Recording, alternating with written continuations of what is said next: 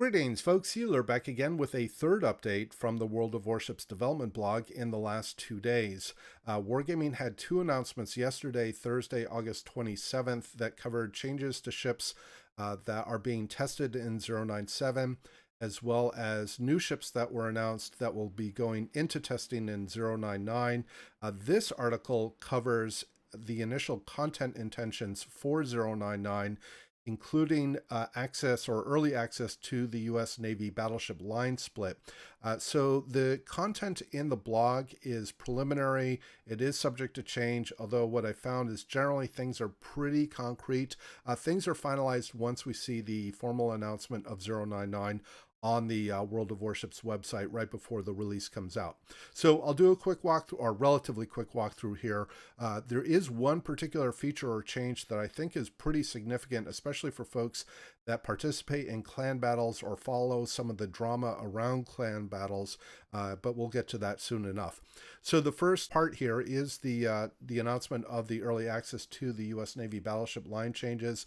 There's no details here as far as how players will be able to access them, although it's probably reasonable to assume that Wargaming will have some sort of event similar to what we saw with the with the German aircraft carrier event.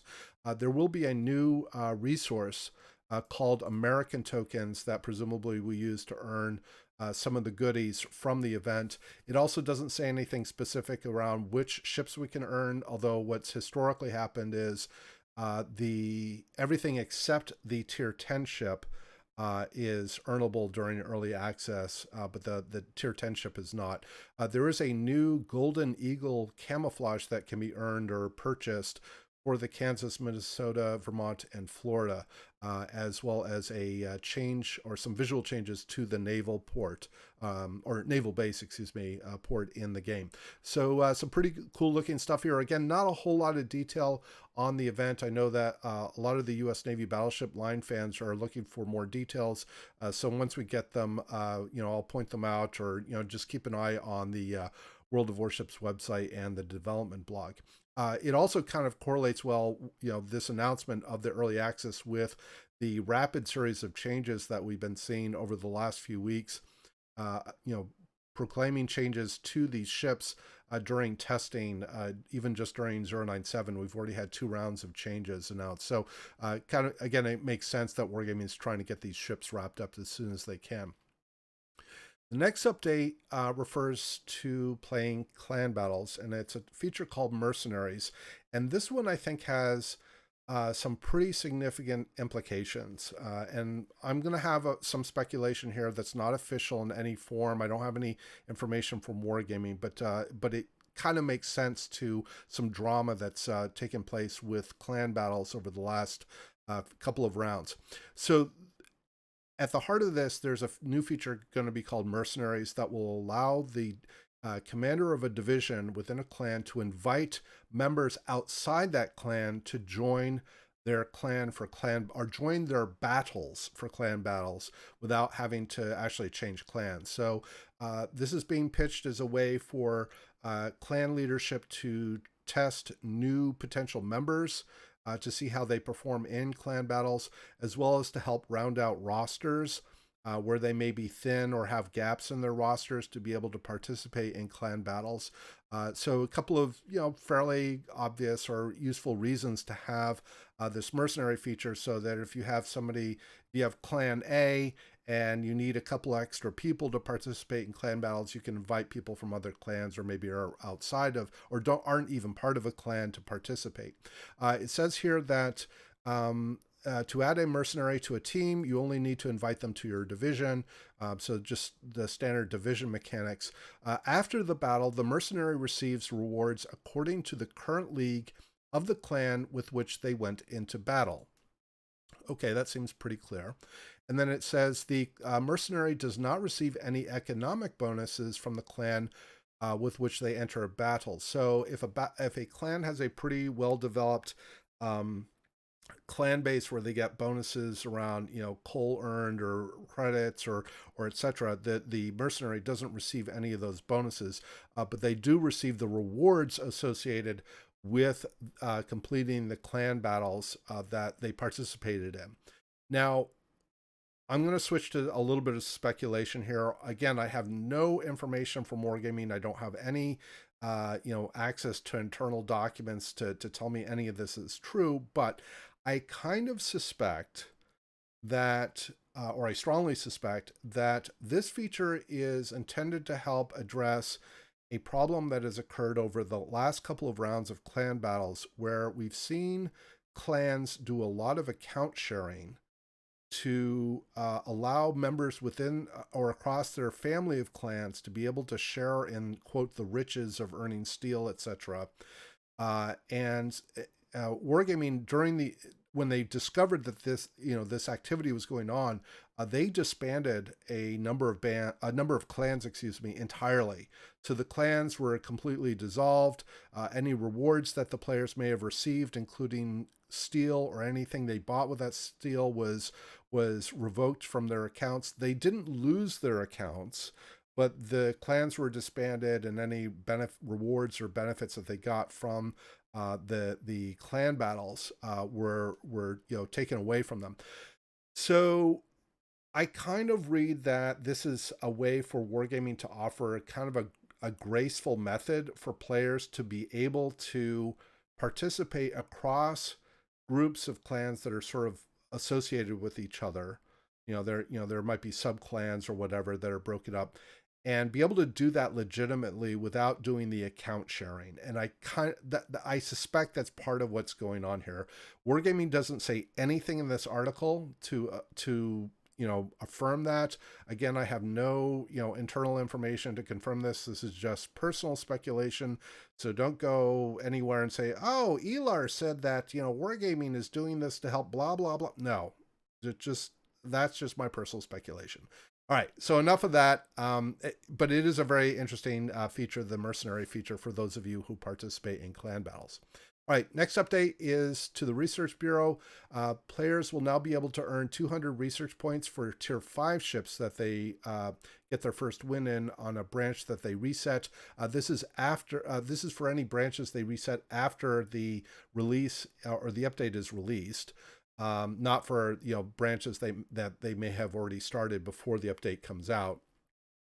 There will also be some achievements that players can earn for resetting branches. So starting here over on the left, after resetting 10 branches, you can earn this achievement, and then it's 50, 100, and 150 resets. So for those of you who do the resets regularly, this is a set of achievements that you can earn as well. Next update is probably a little overdue and is quite important. So today, when a player gets a penetrating hit on a main battery gun, they get a penetration ribbon, but they don't actually do any damage, or the total hit point pool of the ship that they hit does not decline. And this has often caused some confusion and consternation with players. That is now going to be changed. What will happen is if a player successfully penetrates the main battery of an opponent, that penetration will cause 1/10 the maximum damage of that shell that did penetrate. So that's equivalent to the same damage that we get for an over penetration, but it will still be labeled as a penetration. So you will actually do damage now when you penetrate the main battery of a ship. The module won't just eat the shell, and you'll not do any actual damage on the HP pool. That will now change, and so you will actually decline or decrease the remaining HP on the ship. The next update is for those of you who play carriers. Wargaming is changing the visuals on the reticles for all 3 attack types. They've pitched this as something to improve aiming, and it won't affect the mechanics of the gameplay. It's just that's primarily for visual improvement or aiming improvement. They've also mentioned that the movements of aircraft in the squadron will be smoother. Trajectory of bombs making an attack will change slightly, although they don't say exactly what that is. And when damage is received to aircraft, the aircraft will shake. So rather than just saying that you're under attack, you'll actually get some visual cues that your planes are taking damage. So a few things that are being changed for those of you who play carriers. The next update is some visual improvements to the spaceport. So they're going to be improving the graphics settings and applying some HDR technology and a new lighting model. Another change that they're making is that the display of water in all graphics settings is being improved. So not only is the visual improvement going to be there, but the change will also improve the performance of the game client. So I read that as the current programming used to model the water has, it requires a certain amount of memory and CPU power. That is now going to improve or decline the amount of machine resources to render water across all graphic settings. So that's certainly a good thing. Next update, couple of other updates. So a technical improvement. With the release of Update 099, players will be able to play on all servers of World of Warships using one client without needing to have a separate copy for each region. So the way I read this means that if you have multiple accounts on different servers, so for example, I have accounts on North America and I have an account on the European server. I can now have one client installation that covers both of those servers. I don't need, so today what happens, I have to have a separate installation for North America from the one that I have for Europe. Now we will be able to have one installation that will work for both servers. I do not read this to mean that accounts will be shared across servers, meaning that that magically all the content that I have on my North America account, which is very well developed with lots of 19-point commanders and piles of premiums, etc., are now suddenly going to be available on my European server. That's not how I read this. I read this simply as I don't have to have two physical installations of World of Warships in order to play on North America or play on Europe. I still have to have separate accounts, but they will be able to share the same client code on my PC.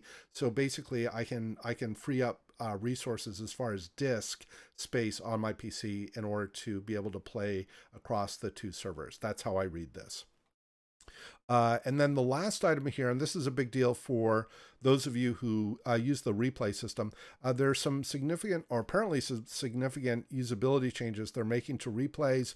They will have a progress bar in the bottom, which apparently you can grab and you can slide back and forth as a slider to accelerate, to move through or backwards through your replay. There's also, looks like there's a little bit of a control panel down here on the bottom with a play setting and presumably pause and so on.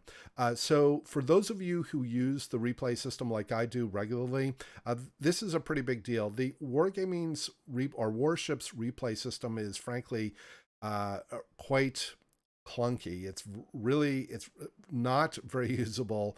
And it's very temperamental sometimes. So I don't think that this change will necessarily solve all the problems, but it's a step in the right direction. So I'm very much looking forward to seeing what these changes look like for the replay system. And hopefully they will make the system more usable. And hopefully we'll also see some other changes to make the replay system even more usable in the future. So that, I think, is going to wrap it up for this article. Again, I will leave a link to this article in the video description below. Lots of interesting content, coming.